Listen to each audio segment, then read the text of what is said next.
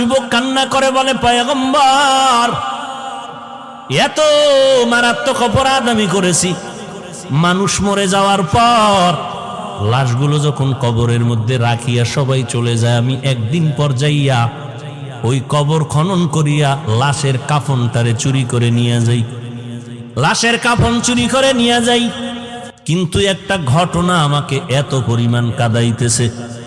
এলাকার মধ্যে এমন একটা সুন্দরী রূপসী নারী যুবতী, তার ইন্তেকাল হয়ে গেল।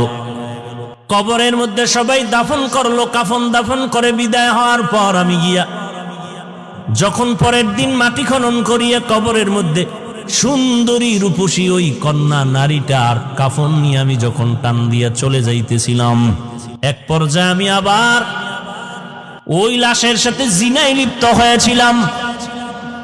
এরপরে যখন কাফন নিয়ে রওনা দিলাম, হঠাৎ করে ওই যুবতী দাঁড়ায় গেল, আওয়াজ দিয়া বলে, রে বেঈমান, আমি একটা যুবতী নারী, কাফনটা সরাইয়া তুই এমন উলঙ্গ কেন করেছো?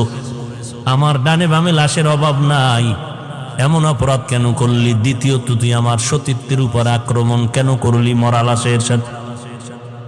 ও নবী, আমি নিজেকে কন্ট্রোল করতে পারি নাই, বেহুশ হয়ে গেলাম। নবীজি বলেন, এই আল্লাহর দুশমন, তুমি আমার চোখের নজর থেকে দূরে সরে যাও।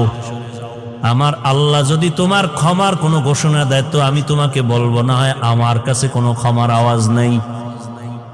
আল্লাহর বান্দা যুবক চিৎকার মেরে জঙ্গলে চলে গেল। নির্জন একটা জায়গায় বসে কান্না বন্ধ নাই, কান্না করে, ও আসমানের মালিক, ও জমিনের মালিক, তোমার নাম রহমান, তোমার নাম রহিম, তোমার নাম গফফার। ও আল্লাহ, আমার কি নাজাতের কোনো দরজা নাই? অপরাধ করে ফেলেছি, শয়তানের ধোকায় পড়ে রে আল্লাহ,